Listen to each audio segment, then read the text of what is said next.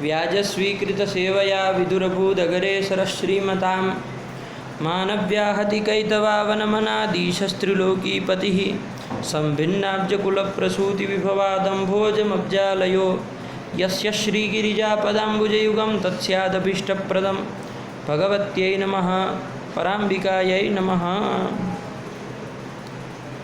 चलिए, तो हम लोगों ने कल हसीचा सूत्र को देखा और भो भगो अघो अपूर्वसी योशी ये दोनों सूत्रों को देखा। आप लोग पाठ लगाए? कोई प्रश्न उसमें, समस्या नहीं ना है? समझ में आ गया पूरा? चलिए, यही दो सूत्र। क्या कोई कुछ पूछ रहा था? आप पूछ रहे थे? हाँ बोलो। कुछ पाठ लगाया है तो पूछ रहा है कि नहीं? पाठ लगाए होंगे तब पूछेंगे। चलिए बोलो।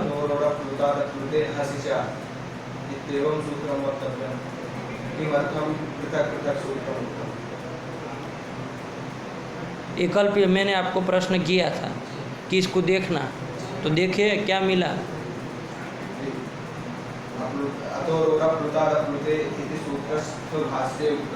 क्या मिला, कहाँ मिला, वही बोलो। अपना मन गढ़ंत कुछ मत बोलो, वरना अपने से कुछ और पंक्ति अर्थ बोलोगे तो। इससे पूर्व में क्या लिखा? वहाँ क्या लिखा ग्रंथ? उसके ऊपर कुछ नहीं लिखा। वहीं से ग्रंथ चालू हुआ है जहाँ से तुम पढ़ रहे हो, जहाँ से चालू हो रहा है। कुछ प्रसंग लेके वो भी प्रश्न बनाया है, कहीं से भी पढ़ोगे।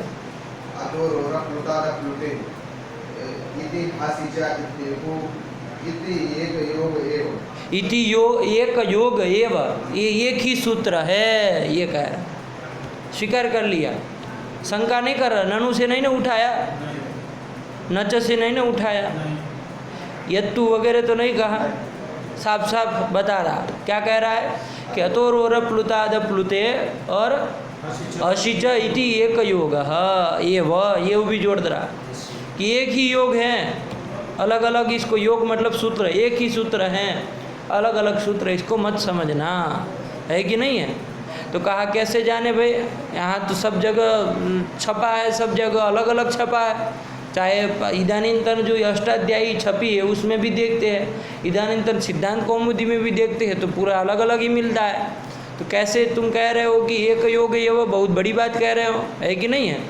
क्या पढ़ो?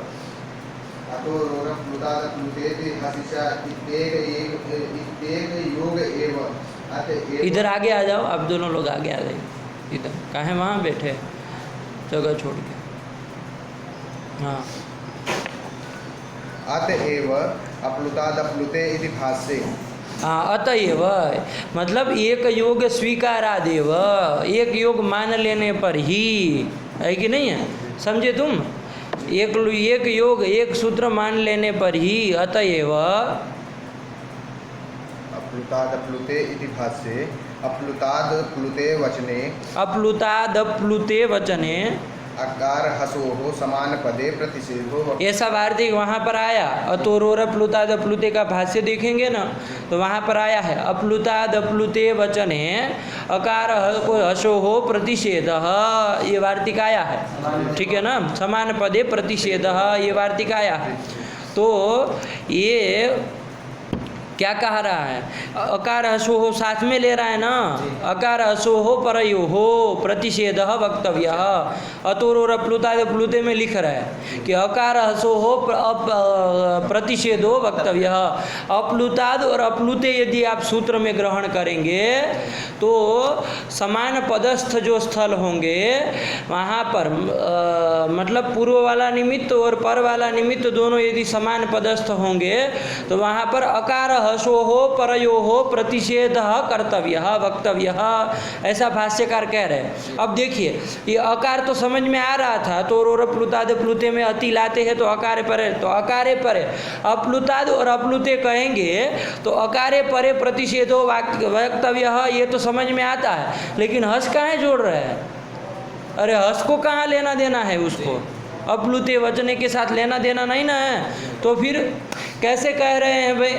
है कि नहीं। हकार परे रहते प्रतिषेध करना चाहिए। हर्ष को भी क्यों जोड़ रहे हैं, तो हर्ष को जोड़ रहे मतलब भगवान भाष्यकार के दिमाग में ये बात है, वरना हसीच सूत्र में तो अप्लुताद अप्लुते ग्रहण नहीं ना है। तो अप्लुताद अप्लुते ग्रहण करने के कारण यदि कहीं पर आपको प्रतिषेध करना है तो वो अकार परे रहते ही प्रतिषेध करना है, हर्ष परे रहते नहीं ना करने की जरूरत है, क्योंकि हसीच सूत्र में तो उसका पाठ ही नहीं है, तो उसमें तो प्रतिषेध करने के। लेकिन भगवान भाष्यकार कह रहे हैं कि हर्ष के परे रहते भी प्रतिषेध करना चाहिए। अब वो प्रतिषेध क्या करना है क्या है, तो पयोट पयोद दो बनाए हैं, तो उसको आपकी विशेष जिज्ञासा होगी, भाष्य देख के आएंगे तो बताएंगे, ठीक है ना।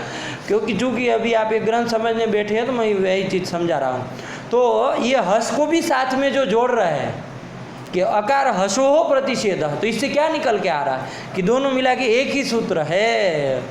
अब जब एक ही सूत्र है तो दोनों का निषेध करना भी जरूरी हुआ कि इन दोनों के परे रहते कहीं न हो जाए, इसके लिए प्रतिषेध वक्तव्य। आया कि नहीं आया, नहीं समझ में आया। प्रतिषेध वक्तव्य मतलब वहाँ वक्तव्य नहीं है, वहाँ दोषोत्पादन किया गया इस वार्तिक से कि ये दोष आएगा, अकार हस के परे रहते यहाँ उत्तो नहीं हो पाएगा, ऐसा दोष आएगा। आया कि नहीं आया।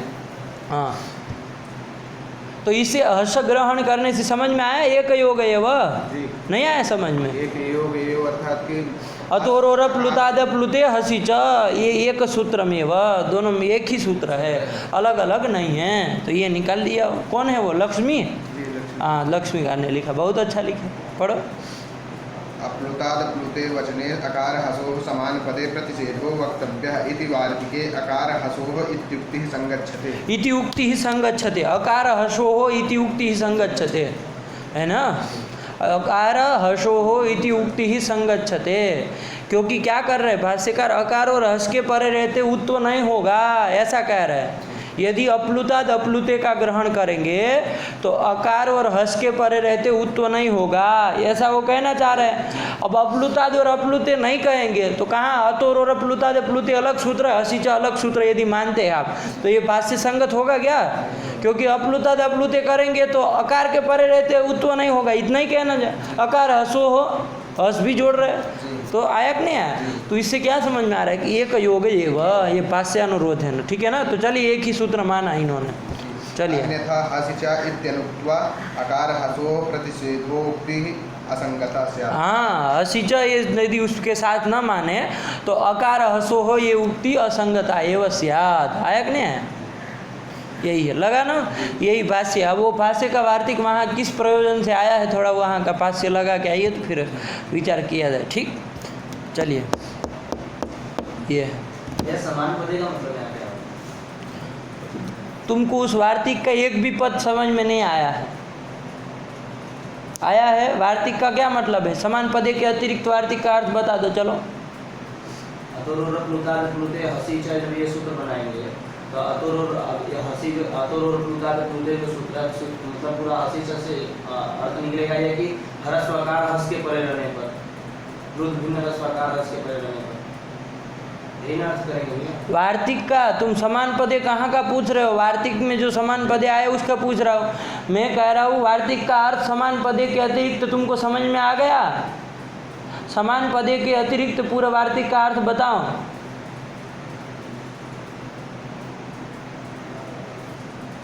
वार्तिक का अर्थ कुछ पता नहीं है और प्रश्न उसका देखो किधर जा रहा है। देखिए, ये सहूर है कोई प्रश्न पूछने का कि समान पदे का क्या अर्थ है। ये पूछो कि ये वार्तिक ही नहीं समझ में आ रहा है कि नहीं। तो इसी समझ में आता है कि आप कितना लगा के आए, है ना। प्रश्न पर से समझ में आता है कि कितना लगा के आए। चलिए, तो बस कृपा करिए, अब आप लोग ऐसे नहीं चलेगा लंबे देर तक, है ना। एक दो दिन चल सकता है, आप लोग न लगा के आए तो मान लीजिए कुछ विशेष से आप छुप सकते हैं, है ना, अपने कला प्रदर्शन करके। लेकिन ज़्यादा दिन तक ये सब नहीं चलेगा, ये सब सामने आएगा ही कि कितना आप लोग मेहनत कर रहे हैं, सब दिखेगा धीरे धीरे। चलिए, तो ये कर दिए। और कुछ समझ में बाकी कुछ आ गया ना बाकी का। चलिए, लगाना है ऐसे हर रोज। देखो, तुम भी समझते हो, लगाया करो, किसी के साथ लगाया करो, ठीक, अकेले मत लगाओ पाठ। तो ये कर दिया। तो कौन सूत्र आया, भो भगो अघो अपूर्वस्य योषी, है कि नहीं है। भो भगो अघो अपूर्वस्य योषी। तो इसमें आपको कल अर्थ तो करा दिया था ना, और उसका उदाहरण भी बना दिए थे। तो क्या किए थे, पहले समाज कितने पद है इसमें बोलो? भो भगो अघो अपूर्वस्य इति षष्ट्यंतम, यह इति प्रथमांतम, अशी इति सप्तम्यंतम। आया कि नहीं आया? यही कर दिए, 3 पद है कुल मिला के। अब भो भगो अघो अपूर्वस्य में कौन समास है? तो क्रम से क्या बताया था? भो भगो अघो और अ का पहले क्या कर देना? द्वंद्व समास कर देना है कि नहीं है? तो द्वंद्व समास करोगे तो कैसे करोगे? तो भो का करना है, भोस का नहीं करना, भगोस का अघोस का नहीं करना है। भो भगो अघो अ इत्येतेषां द्वंद्व है कि नहीं? चलिए तो क्या किया? भोश्च भगोश्च अघोश्च अश्च इति भो भगो अघो आहा, ये हो जाएगा ना आपका रूप, यही बनेगा ना आहा। भो भगो अघो आहा, ये बन गया। अब और यहाँ पर एक प्रश्न हो गया था कि भाई ये जो है आपके भगो अघो, भो भगो अघो, इसमें पदांत अंग किसमें मिल रहा था? बताया था ना, अंतर्वर्ती विभक्ति मान करके भो भी पद है, भगो अघो अ, ये चारों पद है कि नहीं अंतर्वर्ती विभक्ति मान करके। अब इसमें पूछा था पदांत अंग कितने हैं? पदांत अंग पदांत पद के अंतिम में अंग हो ऐसे कितने हैं? 3। कौन कौन? अघो। अब उसके पर में रस्व भी मिल जाए ऐसे कितने हैं? 2। कौन? भगो और अघो, है ना, क्योंकि भगो के आगे अघो का आकार है और अघो के आगे अ वाला आकार है। तो पदांत एंग से उत्तर में अ 2 जगह मिल रहा है कि नहीं मिल रहा है? तो ये दोनों जगह कोई संधि होनी चाहिए कि नहीं होनी चाहिए? कौन संधि होनी चाहिए थी? पूर्व रूप संधि होनी चाहिए थी ना जी।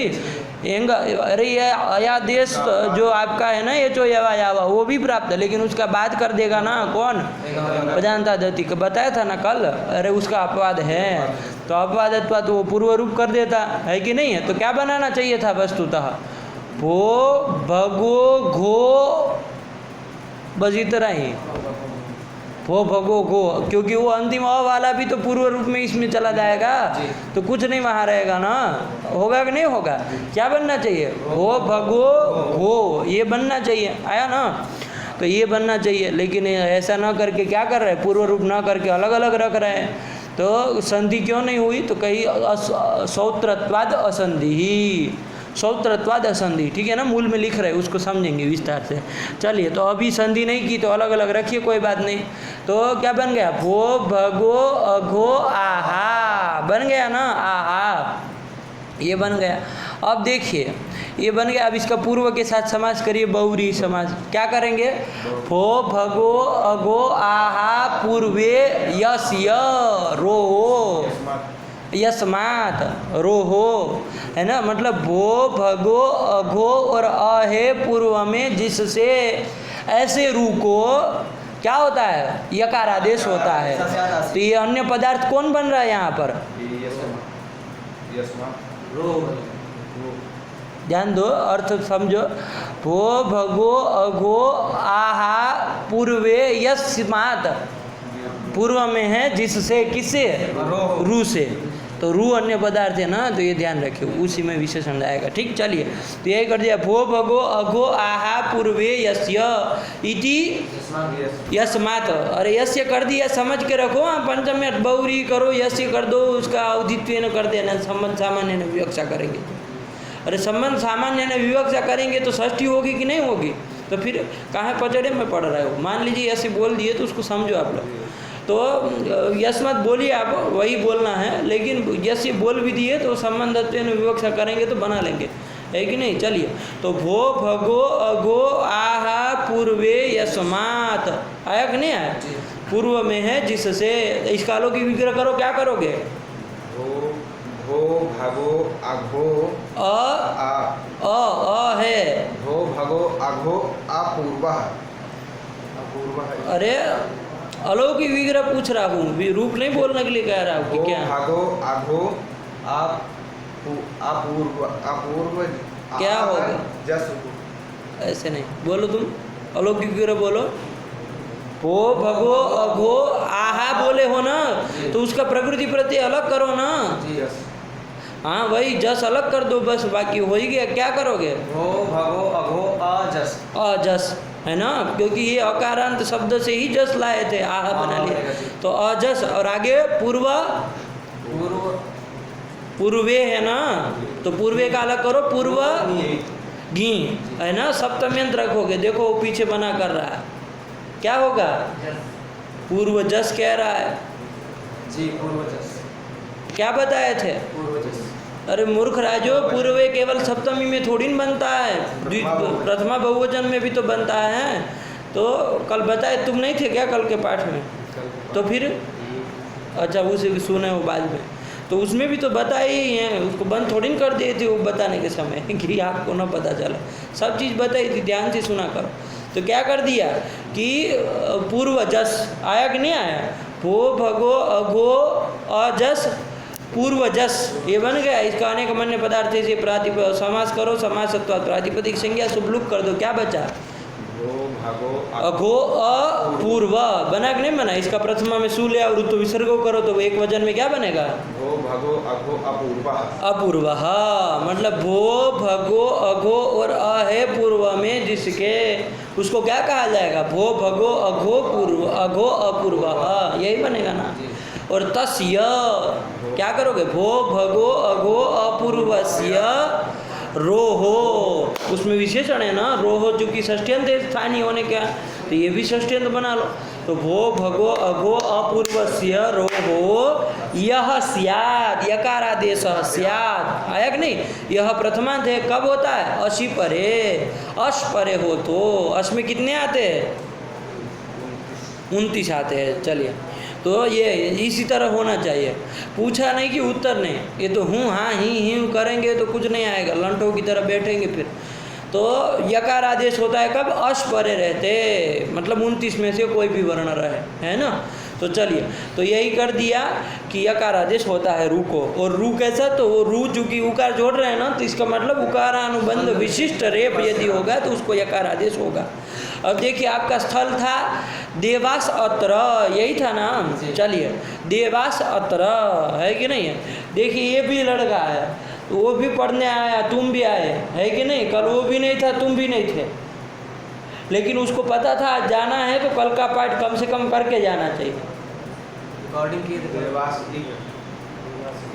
देवास ईह, हाँ ये ईह है, अत्र नहीं ना है, क्योंकि हाँ अत्र नहीं, ईह रखिए, अत्र रहे तब भी कोई दिक्कत नहीं, लेकिन ईह रखिए। चलिए, उन्होंने जो रखा देवाहा ईह संति, ऐसा कुछ वाक्य है। तो देव शब्द से प्रथमा बहुवचन में जस लाए, मिलाए, देवास बन गया, और आगे क्या कर दिए?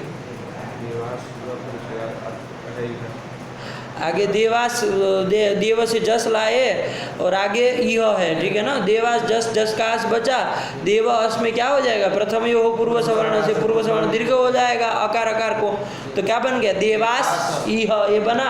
अभी देवास क्या है? पद है कि नहीं है? पद के अंतिम में जो रू होगा उसको क्या हो जाएगा? पदांतस्य सस्य रुहु स्याद् इत्यर्थ के न ससजुषो रुहु इति सूत्रेण रुहु रू आदेश हुआ कि नहीं हुआ? तो रू आदेश कर दिया, क्या बन गया? रू का रही बचेगा ना, तो क्या? देवार, ये स्थिति बन गई। अब आपका अतोर प्लुताद प्लुते प्राप्त है क्या इस स्थिति में? नहीं प्राप्त है। असिच प्राप्त है क्या? नहीं प्राप्त है। आया कि नहीं आया? असिच भी प्राप्त नहीं, ना वो प्राप्त है। वो अतोर प्लुताद प्लुते क्यों नहीं प्राप्त है?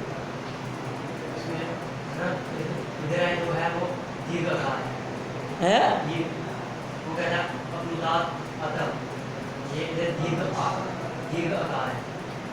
तो क्या इतना उत्तर हो गया तुम्हारा? ये दीर्घ आ है, ये तो तुम हमको वर्णमाला सिखा रहे हो, किसको दीर्घ आ कहते हैं, ये तो हम जानते ही है, तुम्हारे पास पढ़ने के लिए नहीं आए कि ये दीर्घ है कि ह्रस्व है। तुमको प्रश्न किया है, उसका उत्तर दो। अतोर प्लुताद प्लुते लगेगा, देवार इह में क्यों नहीं लगेगा? इसका उत्तर आता है बोलना।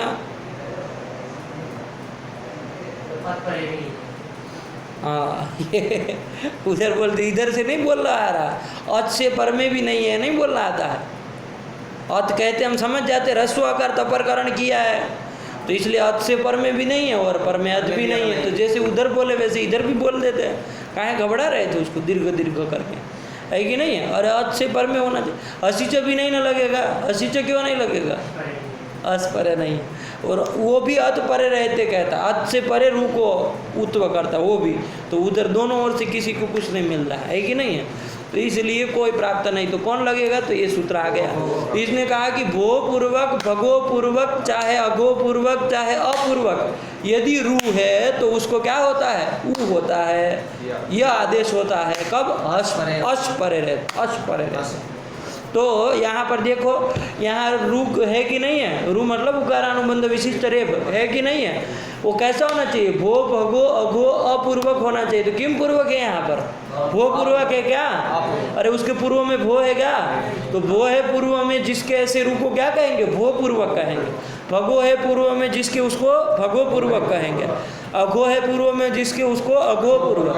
अ है पूर्व में जिसके उसको अपूर्वक। तो यहाँ पर कौन सा वाला है, अपूर्वक है, क्योंकि यहाँ तो तपरकरण नहीं ना किया है, तपरकरण किए होते तो ये भी नहीं लगता, लेकिन अ में तपरकरण नहीं ना, अपूर्वस्य अतपूर्वस्य नहीं कहा, यदि ऐसा करते तो नहीं करते, लेकिन अपूर्वस्य कहा, तो इसलिए अकार से अष्टादश लिए जाएंगे तो दीर्घ भी आ जाएगा। तो अपूर्वक रू मिल गया, देवार का रेप जो है वो क्या हो गया, अपूर्वक हो गया, उसको क्या हो, यकार आदेश हो। लेकिन क्या चाहिए पर में, अस चाहिए।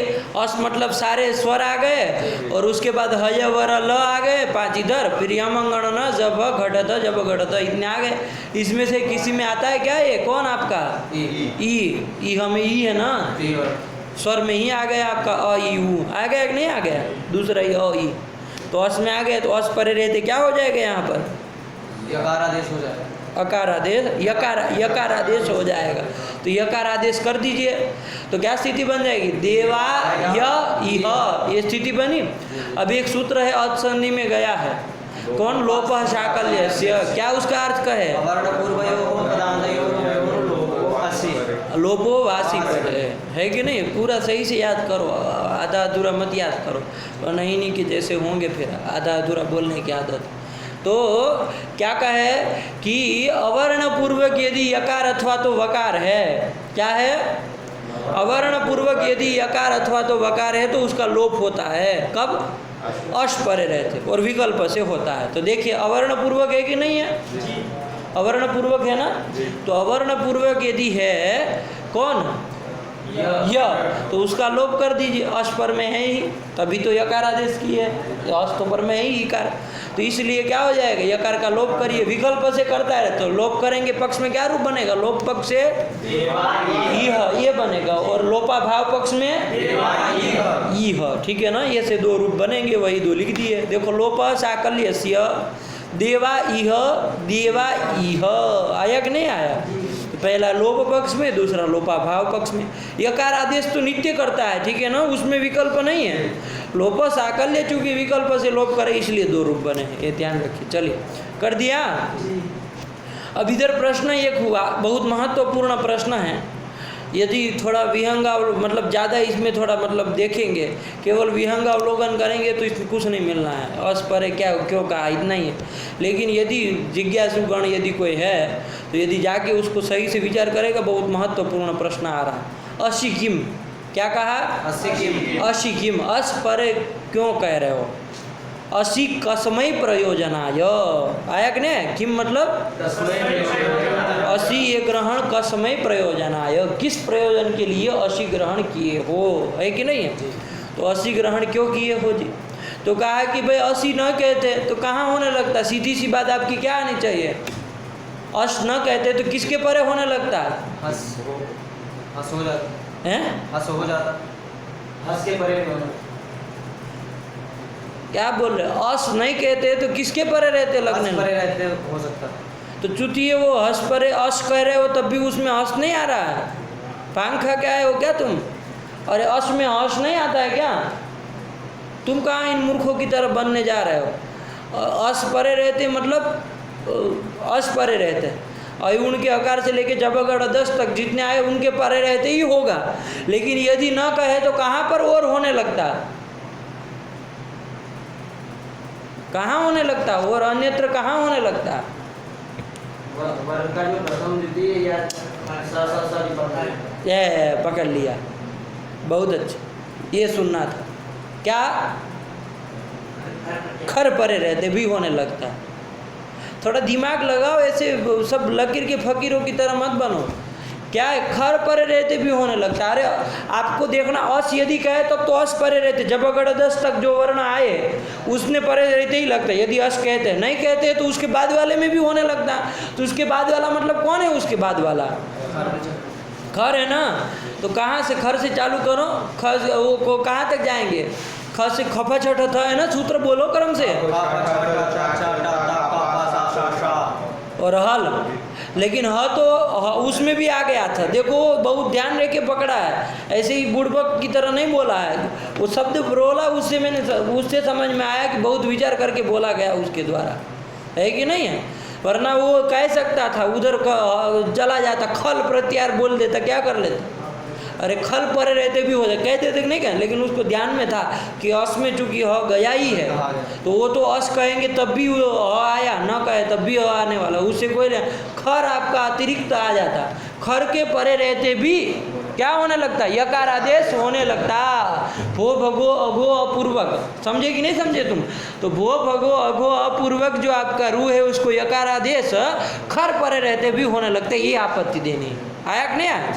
और जब हम अस कह देंगे तब तो केवल अस के परे रहते ही होगा, लेकिन न कहे तो खर परे रहते भी होने लगता। अस में नहीं होता ऐसी बात नहीं है, उसमें भी तो उसमें तो हो ही जाएगा, क्योंकि अवच्छेद अवच्छेदन हम कोई भी वर्ण पर में हो जाए। तो आपत्ति आपको कहाँ देनी होगी? खर में देनी होगी ना। अस में तो करना ही था पहले भी और बाद में भी, तो आपत्ति आपको खर में देनी है। तो बहुत अच्छे, चलो इसी को कहा जाता है सावधानी पूर्वक बोला गया वचन, है कि नहीं है? वरना उलट देता अभी। तो खर परे रहते भी होने लगेगा, ये उत्तर आया कि नहीं आया? अब जैसे एक आध उदाहरण बताओ, ऐसे केवल बकवास करने से चलेगा कि खर के परे रहते भी होने लगेगा? ये तो हवाई बातें हो गए, है कि नहीं है? अरे कोई स्थल बताओ जहाँ खर परे रहते मिले, है कि नहीं है? तब हम समझे कि यहाँ आपत्ति आएगी। तो उसके लिए देखो उन्होंने स्थल ढूंढा, क्या ढूंढा? देखो लिख रहा है देवाहा संति, विसर्ग वाला पाठ है कि क्या लिखा? दो सकार है, देवास संति, तो वो भी सही है। देवाहा संति है तो वो भी सही है, अभी बताएंगे, उसका निरूपण करेंगे। लेकिन समझिए देवाहा संति, देवता लोग विद्यमान है। देवाहा संति मतलब क्या? देवता देवाहा संति, है कि नहीं है? काश्याम देवाहा संति। तो अब देखिए देवाहा संति में हमको समझना है, देव शब्द से जस लाए अस लाए मिला करके देवास बन गया, आगे संति था, है ना, बहुवचन के अनुरोध से, अस्ति नहीं ना होगा, संति ही होगा देवाहा से। तो क्या कर दिया? देवास संति, ये स्थिति बनी। अब देखिए देवास पद है कि नहीं है? पद है तो कौन लग जाएगा? पदांत सको रुत्व हो जाएगा, ससुजो रु, तो रुत्व करो तो क्या बन गया? देवार संति बन गया ना, उत्व चला जाएगा। देवार संति, ये हुआ कि नहीं हुआ? अब यहाँ पर भो भगो अघो पूर्वस्य लग जाता कि नहीं लग जाता? यदि अशी नहीं कहते तो, है कि नहीं है? क्योंकि क्या कहा कि भो भगो अघो अपूर्वक जो भी रू होगा उसको यकार आदेश होता है। तो इधर है कि नहीं अपूर्वक, है कि नहीं है? तो इस रू को भी यकार आदेश होने लगता, है कि नहीं है? तो यकार आदेश होने लगता, तो यहाँ न हो जाए इसके लिए हमने क्या कहा है? असिकार। बात समझ में आए कि नहीं आए? तो उन्होंने ये उत्तर देंगे, समझ में आया ये उत्तर यहाँ तक का? अब यहाँ देखिए, यहाँ इतने से आप छूटेंगे ना, इतने उत्तर से यहाँ पर विचार करिए सही से। ये पंक्ति बहुत महत्वपूर्ण प्रश्न है, मैंने कहा था आपको, ठीक है ना? ध्यान दीजिए। देखिए अब पूर्व पक्षी कहेगा आपने अस ग्रहण इसलिए किया कि देवार संति इस अवस्था में क्या ना हो जाए? यकार आदेश न हो जाए रेफ को, यही कहा ना आपने, है कि नहीं है? तो ऐसा यदि कहते हैं, इधर कहीं बैठो ना जी, ऐसे पीछे कोई वैसे आंखें किसी की छूटे, ऐसा ना हो, इधर बैठो बीच में कहीं, बार बार उसको भी टेढ़ा मेढ़ा होना पड़ रहा है, हमारा भी ध्यान नहीं जा रहा है उधर, है कि नहीं है? अब जितने बैठे हैं तो उतने के प्रति दृष्टि पर होनी चाहिए कि नहीं होनी चाहिए? उतने के ऊपर यदि नहीं हो रही है तो फिर दिक्कत समस्या होगी, है कि नहीं है? क्योंकि इसको आधुनिक भाषा में आई कांटेक्ट कहते हैं, मतलब चक्षु का मिलन होना चाहिए, चक्षु मिलन होना चाहिए, है ना? आचार्य और उसका छात्र का होना चाहिए कि नहीं होना चाहिए? उसके बिना कैसे पता चलेगा कि समझ रहा है? आँखी से हम लोग समझते हैं, केवल नेत्रेण क्रोधो न गम्यते, ये भी पता चलता है कि नेत्र से कि समझ में आया कि नहीं आया, क्योंकि आंखें फट जाएगी तो हम समझते हैं कि भाई नहीं कुछ मतलब इसको विशेष चीज़ समझ में आई इसमें, है कि नहीं, मतलब ऐसे हो जाता है ना, मतलब आंखें ज़्यादा खुल जाती है। जैसे भगवान कृष्ण ने नारद जी को देखा तो उनकी आंखें मतलब इतनी विकसित हो गए, इतनी विकसित हो गए कि जैसे ऐसा लगा कि माने कमल विकसित हो गया, और उनका नाम रख दिया गया कि ये पुंडरीकाक्ष है। ये भास ने वहाँ बताया, पास हुए ना हमारे यहाँ साहित्यकार, वो भास ने बताया कि इनको पुंडरीकाक्ष क्यों कहते हैं। तो चूंकि नारद जी को देख के इतनी उनके आंखें वो हुई, इतनी आंखें मतलब खुली उनकी, तो लगा कि अभी कमल विकसित हो गया, तो नाम रख दिया पुंडरीकाक्ष। अपने नाम को सार्थक कर दिए भगवान नारद जी को, है कि नहीं, क्योंकि परम तपस्वी ऐसे महर्षि को देख करके स्वाभाविक है उनकी आंखें ऐसी रह जाना, है कि नहीं। यही उनका पुंडरीकाक्षत्व वो यथार्थ नाम उनका सिद्ध होता है। आया कि नहीं। चलिए पुंडरीकाक्ष, तो यहाँ पर भी ध्यान रखिए क्या प्रकृति में कह रहा था कि आपने तो धड़ल्ले से उत्तर दे दिया देने के लिए कि देवाहा संति स्थिति में, यहाँ पर देवार संति स्थिति में भो भगो अगो अपूर्वस्य यो शी सूत्र के द्वारा रु आदेश न हो जाए, यकार आदेश न हो जाए, इसके लिए हमने क्या कहा, अश ग्रहण किया, आपने सरलता से बता दिया। और यहाँ न हो इसलिए हमने असी कह दी, आपने बता दिया। लेकिन यहाँ पर एक प्रश्न होगा, अभी बीच में प्रश्न ये होगा कि देखो देवार संति ये स्थिति है आपके सामने, इस स्थिति में आपने कहा कि अस ग्रहण नहीं करेंगे तो कौन सूत्र लग जाएगा, भो भगो अभो पूर्वस्य यह, यही सूत्र लग जाएगा। अस ग्रहण नहीं करेंगे तो सूत्र का स्वरूप भी तो बदलेगा, भो भगो अघो पूर्वस्य यह, इतना ही बने, तो उससे क्या हो जाएगा, यकारादेश हो जाएगा। ये कह रहे हो, लेकिन रुको, यहाँ और कुछ भी तो कार्य प्राप्त है कि नहीं है। भांग खा के आए हो, एक ही सूत्र देख रहे हो, बाकी कुछ नहीं। वहाँ और कोई सूत्र प्राप्त है कि नहीं है, प्राप्त है। कौन सूत्र प्राप्त है, देवार संत स्थिति है, विचार करके बताओ कौन प्राप्त है, विसर्ग प्राप्त है। बहुत अच्छे, कौन सूत्र है, खरवसानयोर विसर्जनीय। पदांत रेफ को क्या होता है, विसर्जनीय होता है ना, खर अथवा अवसान परे होते, यहाँ क्या पर में है, खर पर में है कि नहीं है, अरे खर है कि नहीं, स पर में है, तो खरी परे यहाँ पदांत रेफ जो आपका देवार का र है उसको क्या प्राप्त है, विसर्जनीय प्राप्त है। अब ये दोनों प्राप्त हो गए, ठीक है ना। दोनों में से कौन सा लगेगा, दोनों त्रिपादी के हैं, थोड़ा देखा जाए त्रिपादी सूत्र संख्या तो पता चले, है कि नहीं, क्योंकि ये भो भगो तो दिख ही रहा है 8 3 17 का है, खरबसाने और कहाँ का है, तो कहाँ 8 2 का है कि नहीं, 8 2 का है। देखिए क्या है, वही है कि नहीं है, उनको लग रहा वहीं का होना चाहिए। 3 का है, 8 3 15 का, चलिए कोई बात नहीं, 8 3 15 का है। और ये आपका कहाँ का है, 8 3 17 का है, ठीक है ना, 8 3 17 का है। तो देखिए दोनों त्रिपादी के हैं। अब त्रिपादी में पूर्वत्र सिद्धम व्यवस्था करता है, क्या व्यवस्था करेगा, त्रिपाद्याम पूर्वम प्रति परम असिद्धम स्यात्। तो पूर्व वाला शास्त्र कौन है, विसर्जनीय विधायक शास्त्र, पर वाला है आपका भो भगो, तो पूर्वम प्रति परम असिद्धम, तो कौन असिद्ध हुआ, असिद्ध हो गया पूर्वत्र सिद्धम के कारण। और जब असिद्ध हो गया तो अब कौन लग जाएगा, खरवसानी और विसर्जन, विसर्ग करिए, क्या बन गया, देवा संति। अब आप लगाइए भो भगो लगेगा, भो भगो किसको यकार आदेश करता है, रू के र को रेफ को करता है, उकारानुबंध विशिष्ट जो रेफ है उसी को करता है। यहाँ क्या है, विसर्ग है, अपूर्वक कौन है, विसर्ग ही है, तो उसको नहीं ना करेगा, तो नहीं करेगा, कहाँ अस की जरूरत है। इसलिए मैंने कहा बहुत महत्वपूर्ण प्रश्न है, असी किम को हल्के से मत लीजिए, इसी में इस सूत्र का पूरा भाष्य गया, असी किम इसी में लगे हैं भाष्यकार, असी किम को बनाने में, जबकि अंत तो गत्वा। अब ये नहीं बताऊंगा, आप लोग स्वयं देखिए, अनुअवलोकन करिए, यदि भाष्य नहीं समझ में आता है तो कल लेके आइए, मैं बताऊंगा, है ना। तो ये ध्यान रखिए, क्या कहा, असी किम, असी इति कस्मै प्रयोजनाय, बताओ प्रयोजन उखाड़ दिए आपका प्रयोजन। आप तो लगे थे कि देवार संधि में न हो जाए इसके लिए दिए, आप तो निकल गए, लेकिन ऐसा प्रश्न होगा कि नहीं होगा, कह रहे तस्य असिद्धत्वात् पूर्वम विसर्जनीय कृते स्थानिनः असत्वात् न भवति यकारादेश। कहेंगे कि नहीं कहेंगे, अरे कार्यिणः सतः कार्येण भवितव्यम, कहते हैं ना भाष्यकार बार बार, कार्यिणः सतः कार्येण भवितव्यम, मतलब कार्य मतलब स्थानीय, स्थानिनः विद्यमानस्य कार्येण भवितव्य, मतलब विद्यमान यदि स्थानीय है तब उसको कार्य होगा। यहाँ स्थानीय विद्यमान है क्या? इसका स्थानीय है उकारानुबंध विशिष्ट रेफ, जो कि यहाँ उपलब्ध नहीं, विसर्ग है कि नहीं। तो कैसे करोगे पंडित? तो अब आया यही बात, यद्यपि करके देखिए शंका उठा रहा है ना, यद्यपि करके क्या कर रहे हैं? यद्यपि इति यस्तु यत्त्वस्य सिद्धत्वात् रेफस्य विसर्गः। अब रुकिए, उसको समझने से पहले और इसका वो समझिए, उसको भी जाते हैं। यद्यपि अभी आया नहीं, यद्यपि का क्रमांक नहीं आया, उसके बीच में ही ये सब बातें समझनी।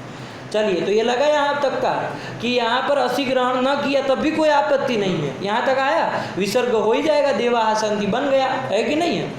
तो अब क्या कहे, तो देखो यहाँ पर ये उत्तर दिया जाता है। उत्तर ये देते हैं कि पंडित जी आपने विसर्ग कर दिया, बहुत अच्छा काम किए। असिद्धत्वात् पहले आपने क्या कर दिए? यत्वस्य असिद्धत्वात् पूर्व में आपने खरबसाने और से विसर्जनीय कर दिया। तो विसर्जनीय कर देने के बाद उस विसर्जनीय चूँकि आदेश है किसके स्थान में हुआ है? रेफ के, उकारानुबंध विशिष्ट रेफ को, केवल रेफ मत बोलो, है ना, उकारानुबंध विशिष्ट रेफ को, क्योंकि रेफ को ही करता है तो बहुत सारे रेफ दुनिया में मिलते हैं, अस्पर रहते भी, तो वहाँ फिर दिक्कत हो जाएगी। इसलिए उकारानुबंध विशिष्ट रेफ उसी को क्या करता है? उसी को विसर्ग हुआ है ना। वो भी रोहो कहता है ना, पदांतस्य की रेफस्य कहता है, वो रेफस्य कहता है। तो चलिए, तो रुकिए, तो रेफ को कहता है ना, बहुत अच्छे। तो रेफ को क्या करता है? विसर्जनीय आदेश किया, तो आदेश है विसर्जनीय, तो आदेश स्थानीवत् स्यात्, आदेश स्थानीवत् स्यात्। स्थानीय कौन है उसका? वो रेफ है ना, वो वस्तुतः उकारानुबंध विशिष्ट ही रेफ है, तो वो स्थानीय है ना, आपका रेफ ही है। लेकिन उसको क्या, ये तो आदेश स्थानीवत् स्यात् कौन कर देगा? स्थानीवद् आदेशो नल विधौ, उससे क्या हो जाएगा? स्थानीवद् भाव कर देंगे। क्या कर देंगे? स्थानीवद् भाव कर देंगे। तो स्थानीवद् भाव यदि आप कर देते हैं तो स्थानीय कौन है आपका? रेफ है। स्थानीय वृत्ति धर्म कौन सा है? ऋत्व धर्म है। क्या है? ऋत्व धर्म है।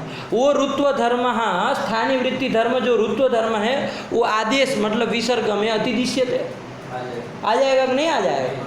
यदि अतिदिश्यते वो विसर्ग को भी क्या माना जाएगा?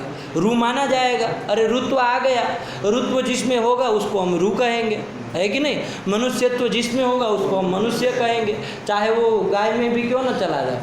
मान लीजिए कोई कहता है प्रामाणिक कि ये गाय में मनुष्यत्व है, तो हम कल गाय को मनुष्य घोषित करेंगे, है कि नहीं। माता तो हम कहते ही है, कल से मनुष्य भी घोषित कर देंगे, है कि नहीं, यदि कोई सिद्ध करता है तो हमें धर्म आ जाए तो बस हम उसको तद्धर्म विशिष्ट मानने हमें कोई आपत्ति नहीं है कि नहीं। तो ऋत्व यदि स्थानीय वदादेशो नल विधो यदि विसर्ग में अतिदेश कर देता है तो विसर्ग को भी क्या मानेंगे? रू मानेंगे कि नहीं माने। और यदि वो रू माना गया तो फिर से अब प्राप्त है कि नहीं भूभगो पूर्वस्य, क्योंकि रो हो यकारादेश स्यात्, अपूर्ण पूर्वक तो है ही, वो तो नहीं चला गया। और अस्त तो आपने कहा नहीं है कि नहीं है? अस्त तो कहा नहीं, तो यहाँ पर अभी यकारादेश की आपत्ति होगी कि नहीं होगी? विसर्ग करने के बाद, ध्यान देना, विसर्ग करने के बाद यकारादेश की आपत्ति आई कि नहीं आई? तो यहाँ यकारादेश न हो इसके लिए हमने क्या कहा? अश ग्रहण किया है कि अश परे रहते हो। तो ऋत्व तो आ गया, वो रू भी माना गया, लेकिन अश पर में नहीं है ना, इसलिए ऋत्व वो यकारादेश नहीं हुआ। ये उसका समाधान दिया। आया दीक्षित के अनुरोध से समाधान दे रहा हूँ मैं आपको। तो ये आपको समाधान दिया गया कि भाई यहाँ पर क्या न हो, यकारादेश न हो जाए, इसलिए क्या किया हमने? अश ग्रहण किया है। ये प्रयोजन दीक्षित ने बताया। आया कि नहीं आया? अभी यहाँ तक बीच में जो लोग ग्रंथ देखे उससे बड़ा मूर्ख कोई आदमी नहीं है कि नहीं। जबकि हम बिना ग्रंथ को हम समझा रहे हैं आपको। वहाँ कौन सी, यद्यपि आगे पंक्ति उसको मैंने कहा आगे आने वाली है, यदि आपका वहीं पर दृष्टि गड़ी हुई है तो आपसे बड़ा मूर्ख कौन माना जाएगा जी, है कि नहीं है। कल से ये सब पुस्तक मत लेके आया करो, जो कहूँ वही सुनो, है कि नहीं है। ये पुस्तक बंद करो, ये सब खत्म ही करना है धीरे धीरे। तो क्या किया कि यहाँ पर क्या होने लगेगा? यह तो होने लगेगा, उसको ना हो जाए इसलिए अश ग्रहण किया। यहाँ तक का समझ में आया। अब यद्यपि से शंका उठाई जाएगी। यद्यपि से शंका क्या उठ रही है उसको भी समझ लीजिए, फिर यद्यपि पंक्ति देखा जाएगा क्या क्या है। शंका ये उठ रही है कि देखो आपने स्थानीय वदादेशो नल विधो लगाया, लेकिन आपने केवल उसका विध्यंश ही हमको दिखाया और आपने वहाँ विध्यंश से ही कार्य कर लिया। अरे वहाँ दो अंश है ना, स्थानीय वदादेश ये विध्यंश है, अनल विधो ये निषेधांश है। न तु अलविधौ, ये क्या है? निषेधांश है। तो आपने तो स्थानीय वृत्ति धर्म आदेशे अतिदिश्यते करके घटा दिया, उधर हमको कुछ देखने ही नहीं दिए कि अलविधि है कि अनल विधि है, क्योंकि वो कहाँ करता है? अनल विधि में ही स्थानीय भाव करता है ना। यहाँ पर तो क्या है जी? अलविधि है कि नहीं है? क्या है अलविधि? तो देखिए आपको क्या करना है, अल को उद्देश्य करके विधि करनी है ना जी। भो भगो अगो पूर्वसी योसी से यत्व कर रहे हो, किसको कर रहे हो? रेप को ही यत्व कर रहे हो ना। अरे उकारानुबंध विशेष रेप को ही कर रहे हो ना, तो रेप को ही कर रहे हो, तो रेप क्या है? अल है कि नहीं है? तो रेप अल है, और इस अल रूप जो रेप है उसको उद्देश्य करके आप यकार विधान करना चाह रहे हो, तो अल विधो न स्थानीवत, निषेध लग जाएगा, है कि नहीं? सीधे सरल से घटाइए, उसके कहीं जाने की कोई ज़रूरत नहीं है कि नहीं? वो सब हम करेंगे जब आएगा प्रसंग, और किए भी है स्थानीय आदेशो नल विधो, है कि नहीं? तो अल विधो, अल स्थानिक विधो न अल स्थानिक विधो आदेशो न स्थानीवत, है कि ना? अल स्थानिक विधि है, नहीं है? यत्व जो आपको करना है वो अल के स्थान में करना है ना, रेप के स्थान में करना है। तो इसलिए यहाँ क्या अनल विधो निषेध लगेगा कि नहीं लगेगा? तो अनल विधो यदि निषेध लग जाएगा तो यहाँ पर स्थानीय भाव नहीं होगा। मतलब स्थानीय वृत्ति जो आपका कौन धर्म है? रेफत्व धर्म है, वो रेफत्व धर्म इसमें नहीं आएगा। रुत्व धर्म चाहे रेफत्व धर्म वो नहीं ना आएगा। तो यदि विसर्ग में नहीं आएगा तो ये रू नहीं कहा जाएगा, और रू नहीं कहा जाएगा तो यहाँ पर अब यत्व की प्राप्ति ही नहीं है, और पहले तो थी ही नहीं, इसलिए अस ग्रहण फिर क्यों किए? नहीं करना चाहिए, ये शंका आया कि नहीं आया उसके ऊपर। तो यद्यपि देखो लिख रहा है, यद्यपि इह मतलब विसर्ग कर दिया, इस स्थिति में कह रहे हैं, मतलब देवाः सन्ति स्थिति में इह यत्वस्य असिद्धत्वाद, क्षम्यताम रुकिएगा, वो पहले कह रहा है, उसको पहले कहा है यद्यपि, ध्यान नहीं दिए, यद्यपि पहले कह रहा है, मतलब अभी देवार संति स्थिति थी ना, लगा लो, कोई वो ज़्यादा उधर उधर नहीं है। देवार संति स्थिति में आपको दोनों प्राप्त थे, कौन कौन? यत्व भी प्राप्त है और विसर्ग भी प्राप्त है। तो वह कह रहा है यद्यपि यत्वस्य असिद्धत्वात्, यहाँ पर यत्व असिद्ध है ना, तो यत्वस्य असिद्धत्वात् विसर्गो लभ्यते, यहाँ पर विसर्ग हो जाएगा और देवाः सन्ति बन जाएगा। यद्यपि ऐसा है तब भी, तथापि विसर्गस्य स्थानीयवद भावे न, विसर्ग को स्थानीयवद भाव कर देंगे। अभी वो पूर्व कोटि में है, मैं एक कोटि आगे चला गया था, इसलिए घबराइए मत कि विसर्गस्य स्थानीयवद भावे न रुत्वाद, उसको रुत्व आ जाएगा उसमें स्थानीय भाव करके, तो रुत्वाद उसको रू मान लिया जाएगा, तो उसको क्या हो जाएगा? यत्वम स्याद। अब विसर्ग करने के बाद यत्व होने लगेगा, तो अब यत्व न हो जाए इसलिए अस ग्रहण किया है, ऐसा कहना चाहे। अब मैंने जो प्रश्न आपको बताया वो प्रश्न आप लगाइए कि पंडित जी स्थानीय भाव कैसे करोगे, क्योंकि ये क्या है आपको अलविधि है। वो भगो से जो यत्व कर रहे हो वो कौन विधि है? और अलविधि जब यदि आपको करनी है, अलविधौ कर्तव्ये आदेशो न स्थानीवत, यही अर्थ है ना, अलस्थानिक विधौ कर्तव्ये आदेशो न स्थानीवत। यहाँ भो भगो अघो पूर्वस्य से जो यो यकार आदेश करना है वो अलस्थानिक विधि है, अल के स्थान में विधि करनी है, रेप के स्थान में विधि करनी है। तो तस्मिन विधौ कर्तव्ये आदेशो न स्थानीवत, ये अनल विधौ निषेध लग जाएगा। तो निषेध लग जाएगा तो स्थानीय भाव नहीं होगा, नहीं होगा तो यहाँ रुत्व नहीं आएगा, रुत्व नहीं आएगा तो यकार आदेश प्राप्त नहीं है। तो अश ग्रहण क्यों किया, ये प्रश्न जैसे के तैसे बना रहेगा। आया कि नहीं आया? यहाँ तक का प्रश्न है। अब सीधे दीक्षित उत्तर लिख रहे हैं, देखिए क्या लिख रहे हैं, नहीं अयम अलविधि ही, ये अलविधि नहीं है कि नहीं है? ये अलविधि नहीं है। आया कि नहीं? मैंने क्या बताया प्रश्न के रूप में, जो मैंने बताया सीधा उसका समाधान है। मैंने क्या बताया कि अरे यहाँ पर अलविधि है, अरे भो भगो अगो पूर्वस्य से जो यकार आदेश कर रहे हो वो रेप के स्थान में हो रहा है जी, रेप के स्थान में ही हो रहा है। तो रेप के स्थान में यदि वो हो रहा है तो अलविधि है, तो ये अलविधि है। और अलविधि में आदेश स्थानीयवत नहीं होता, नहीं होता है, विसर्ग में रुत्व नहीं आएगा, ये मैंने आपको कहा। अब ये कह रहे दीक्षित जी सीधे मूल पे प्रहार कर दिए हमारे प्रश्न। उन्होंने कहा कि नहीं अयम अलविधि ही, ये आपका अलविधि नहीं है। वो भगो अगो पूर्वसी योसी से जो यकार आदेश कर रहे वो अलविधि नहीं है, अलस्थानिक विधि नहीं है। तो आपको प्रश्न होगा क्यों अलविधि नहीं है भाई? अरे रेप के स्थान में ही कर रहे हो। प्रश्न तो बहुत बढ़िया दमदार रखा गया है, ऐसे कैसे मना कर रहे हो कि ना नहीं अयम अलविधि? तो देखो नहीं अयम अलविधि मतलब अयम मतलब ये यकार आदेश विधि ही, ये अल विधि नहीं है। क्यों नहीं है? तो अब हेतु दे रहे, देखो क्या कह रहे हैं, पढ़ो आगे। रो रीति समुदाय रूपाश्रयणाद, कि यहाँ भो भगो मूर्ख राजो, क्या देख नहीं रहे हो वृत्ति को, हैं? बिना देखे वह अर्थ कर रहे हैं। क्या भो भगो अगो पूर्वस्य का अर्थ कराया है? क्या अर्थ कराया? अरे चुतियो बोलो ना, क्या अर्थ कराया है? बोलो तुम। पूर्वस्य अभूपूर्वस्य अपूर्वस्य रोहो यकारादेश से, रोहो यकारादेश ये कहा है, ठीक है ना? रोहो यकारादेश ये कहा ना, तो किसको स्थानीय बना रहे हैं हम? रू को स्थानीय बना रहे हैं। इन हिजड़ों को कहाँ पता चलता है कि रोहो में क्या स्थानीय होता है क्या नहीं होता है? रोहो कहा ना, मतलब क्या रोहो का? रू के स्थान में यकारादेश कर रहे हैं ना, तो स्थानीय कौन आ रहा है? रू आ रहा है। रू अल है क्या मूर्ख राजो? रू अल है क्या? कितने वर्ण इसमें दिख रहा है? रू में कितने वर्ण दिख रहे हैं? अरे इतने हिचकिचाते हैं क्या बोलने में? खड़ा जा हो जाऊंगा, सबकी नानी मर जाएगी अभी के अभी। सही से बोलो, कौन कितने वर्ण है रू में? दो वर्ण है, तो बोलो ना सही से। इसने आवाज़ गले में क्यों घुस जाती है? डांटने लगते हैं तो पता चलता है सब, मतलब चूँ चाँ हो जाता है। तो रू में कितने हैं? दो वर्ण है ना जी। तो स्थानीय अल है क्या?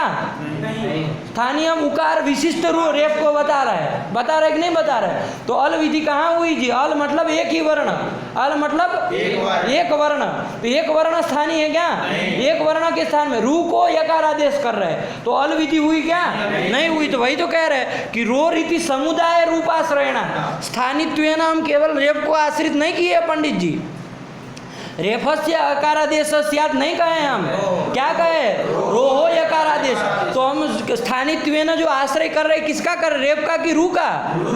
और रू क्या है? अल है कि समुदाय है? समुदाय है। तो रो रीति समुदाय रूपाश्रयण, समुदाय रूप जो आपका स्थानीय, उसका आश्रयण किया गया है, समुदाय का आश्रयण किया गया है। तो अल स्थानिक विधि नहीं ना है, समुदाय स्थानिक विधि है। तो यहाँ अनल विधो निषेध नहीं लगेगा। अरे अनल विधि नहीं, अयम अल विधि, यही कह रहे हैं। क्योंकि यहाँ रू रूपी स्थानीय, रू रूप स्थानीय का क्या किया गया है? वो स्थानित्वेन ग्रहण किया गया है, न कि अल का स्थानित्वेन ग्रहण किया गया। बात समझ में आई कि नहीं आई? तो इससे क्या निकला? ये आपका यकार आदेश विधि जो है वो कैसी है? अल विधि है कि अल विधि नहीं है? अल विधि नहीं है, ठीक है ना? तो वही तो कहा, नहीं अयम अल विधि ही, ये अल विधि नहीं है। तो अल विधि नहीं है तो वो निषेध नहीं ना लगेगा अनल विधो। वो कहता है अल विधो स्थानीय भावो न भवति, ये तो अल विधि है ही नहीं, अनल विधि है। तो यहाँ तो स्थानीय भाव हो जाएगा।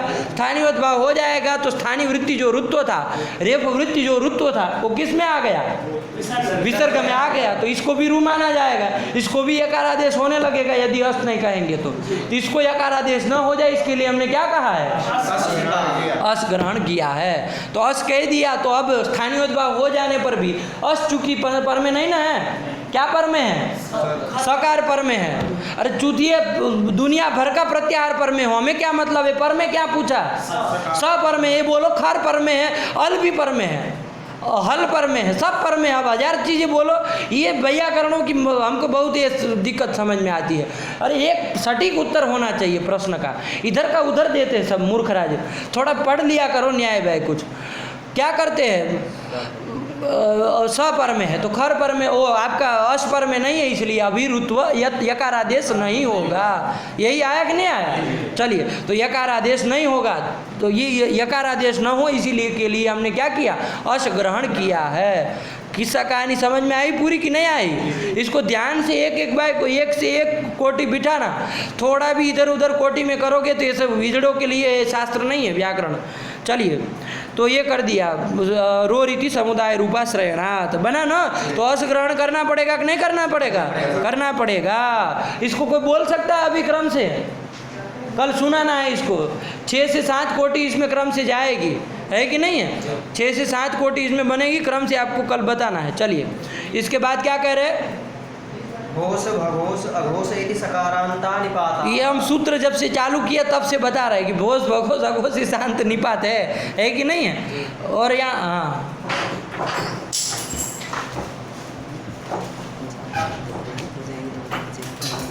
अच्छा अच्छा, ठीक ठीक। चलिए, तो भोस भगोस अघोष इति शांता निपाता सकारांता निपाता। चलिए, अब उसका अलग जाएगा, उसका भो देवा भगो क्या क्या सब बनाएंगे, नमस्ते वगैरह सब, तो उनका रूप अब कल देखते हैं। इतना लगा के आइए सही से, ठीक है ना। चलिए, और थोड़ा भाष्य भी देखिए, भाष्यकार क्या विचार किए हैं, है ना।